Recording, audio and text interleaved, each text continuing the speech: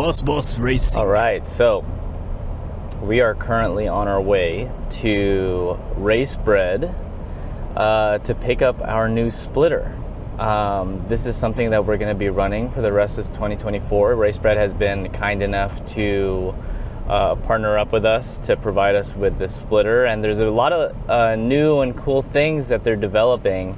I want to be able to show you guys. First off, they have some really cool splitter tunnels that they've created. They have made these really cool 3D end plates. They 3D printed them for now. I think the goal is for them to make them out of carbon. And they also have these really cool splitter tunnels that I want to show you guys. I've been talking to Charles at Racebred for a while now, and we've had some ideas back and forth, but mostly, you know, they've already started development on the Supra splitter. This one in particular is specifically for the OEM bumper and lip. So there's a cool air dam that they make with the splitter. Should bolt up real nice. Something that I told them was pretty important for me was to be able to change the angle of the splitter. A lot of off-the-shelf splitters don't allow for much adjustment. It's actually pretty important for you to be able to dial in the angle of your front splitter, because when I looked at photos of my previous splitter, I noticed that it was actually tilted up. That was mostly my bad because I didn't regularly check the angle of the splitter, but tilted up to the sky, which is not what you want. So yeah, I guess this is a PSA to remember to always check your splitter angle, because sometimes you go off, or you bang stuff, or you scrape and it pushes it up, and you just have to keep checking those things. I'm trying to be better at that, but yeah, let's go ahead and make our way out to Racebred. I've got about 40 minutes left on this drive, so let's go see it.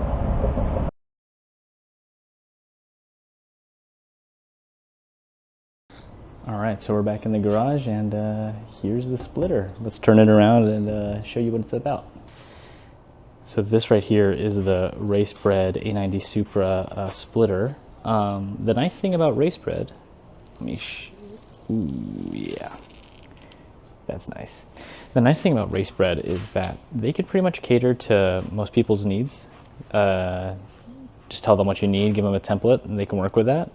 This right here is something that I asked for them specifically. This is one of the first, perhaps the first, A90 splitter, besides the one that they have on their shop car.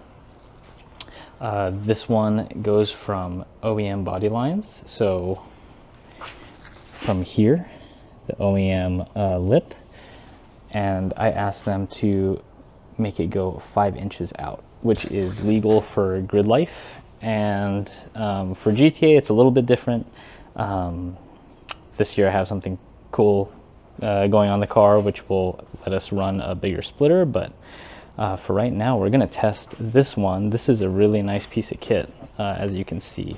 Of course, this is a wood splitter, very cost effective, and for the most part, all the splitters I've run have been wood, because running a carbon splitter is actually really expensive, and you're going to scratch this, you're going to ding it up, you're going to break it, and wood is the cheapest to replace. And if you're on a budget like me, this is probably the best bang for your buck.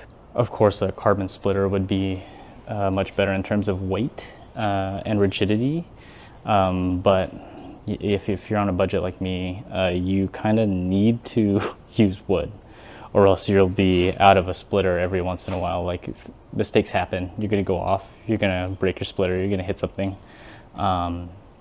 And replacing a wood splitter versus replacing a carbon splitter, huge difference. The guys at Racebred were nice enough to partner up with us for this year, and we're gonna go ahead and test this sweet splitter. Let me talk about some of the cool parts of the splitter. This is one of the coolest parts that I like.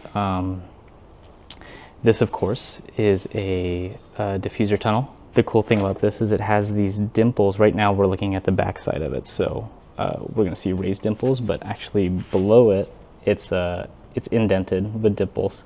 And what that does is it mimics kind of the same as a golf ball. And what it does is it allows the air to stay attached.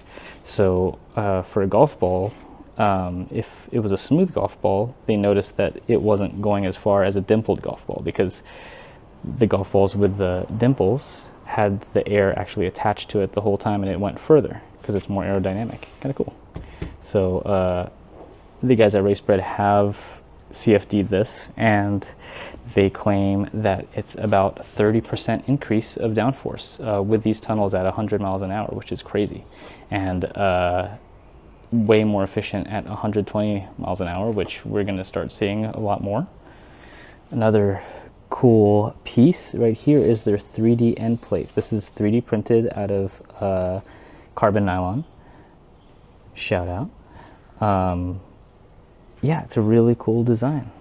I'm not going to pretend like I know what it's doing right here, but it's tight, and eventually they're actually going to sell the final product with carbon ones. So they should be getting their prototype pretty soon, but this is 3D printed, but the actual final ones will be made out of carbon fiber.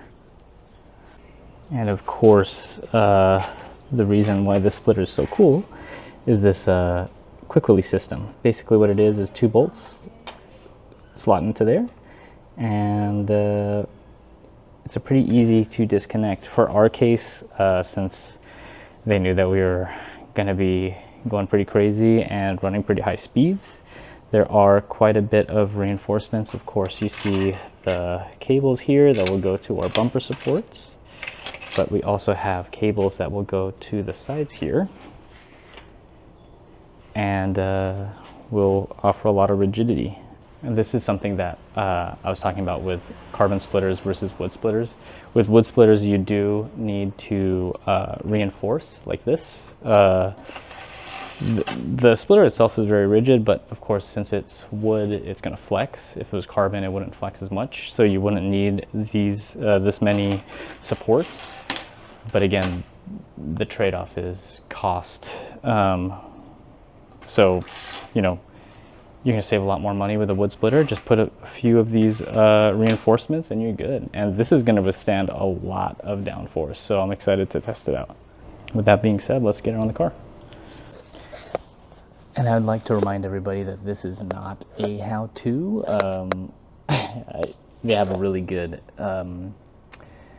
instruction manual, and I wouldn't trust my instructions anyway, so do as I say, not as I do.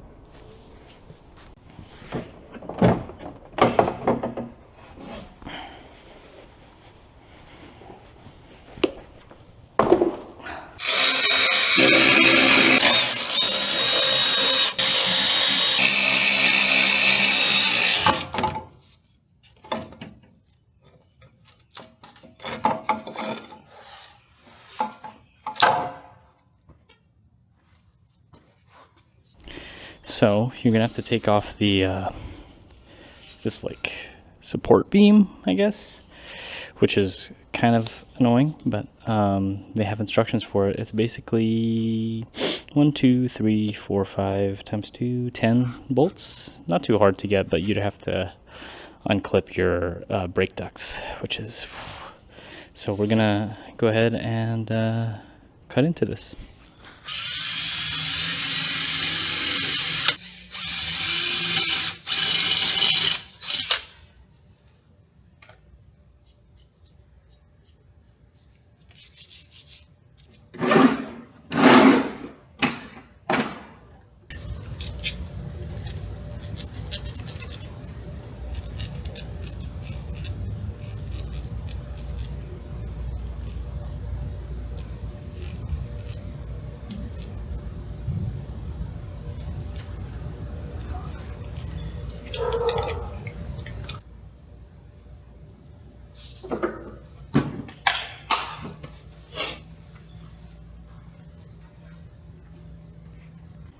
right, we're back at it. You'll notice it's a new day. It's sunny now. I ran out of time yesterday, and I was getting eaten alive by mosquitoes, but today we're back. And we are going to continue with putting M10 Rivnuts in these locations. They give you stencils for this, and it's actually not too bad to take off this, I don't even know what this is called, like a bumper support. 1, 2, 3, 4, 5 times 2, 10 bolts. Let's do it. All right, I want to quickly show off all the support cable that comes with the kit. I think it's really cool what they've done. In the middle here, there are 2 eye bolts that connect to these really cool cables where you just pull it through, and it's like really easy to use. I'll show you once I kind of button this all up, but 2 here, and you have to Rivnut underneath this bumper support. And then these 2 on the sides, they actually use a hole that's already there, so you don't have to do much. That's really easy. So 4 of these support cables, and obviously the quick releases on the side, and this thing's going to be really solid. I'm super stoked.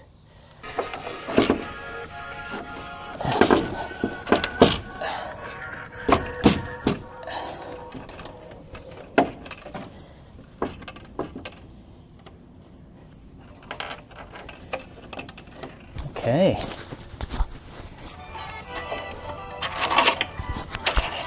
Nice. I just cinch these down.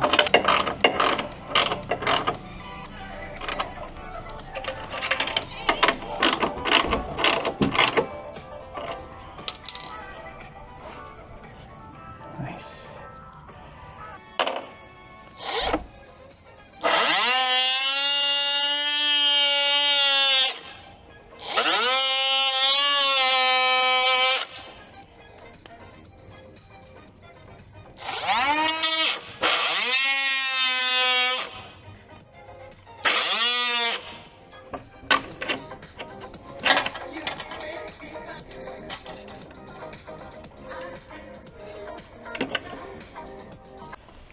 All right, so these are the cables I was telling you about. These are really cool. You press down, feed the cable, and it comes out this way, and it holds up to 300 pounds. I've been told that they're going to upgrade these cables so that it holds more, but 300 pounds, that's 1, 2, 3, 4, 1,200 pounds of holding strength. That's pretty good. Let me show you how you install these. You just put it through. Cinch it up. Boom. Look at that. And to take it out, you just simply push down on this.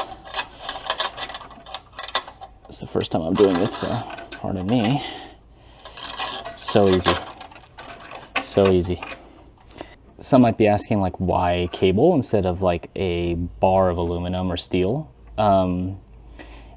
And the reason is because if you hit your splitter and it kind of goes up, something that's hard mounted, it'll actually force that mount up. And if you're mounted to your crash bar, it's going to put all the load on there. And if you have these cables, they flex. So if you hit something, it actually flexes up instead of binds. And if you cinch it up properly, it's going to hold all that weight anyway, but the nice thing is that it will flex up and it won't damage anything on your support brackets. So what I'm going to do right now is I'm going to level my splitter to, well, first I'm going to zero out to the ground because there is an incline in most garages, but I want my splitter to be at a -1 degree angle of attack. It's going to vary from car to car, but for my purpose, -1 is pretty good.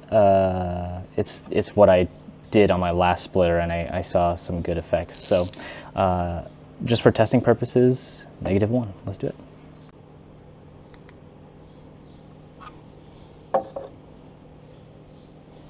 Damn, really? Okay, perfect. Wow, I've never had that happen before. Good job, Racebred. Nice. Okay, you just saw me put the splitter on. It took a little bit of wiggling around, but we got it in, which leads me to, you know, quick release splitters. It's kind of a misnomer. It's like most quick release splitters aren't that quick. You have some that like there's like a pin and you just and then the whole thing drops, but you know, that's only one bracket, and most people tie it in and have like safeties all around, so you do have to like unlatch a few things. Quick release. All right, we're finished. Finished with the install. It looks great.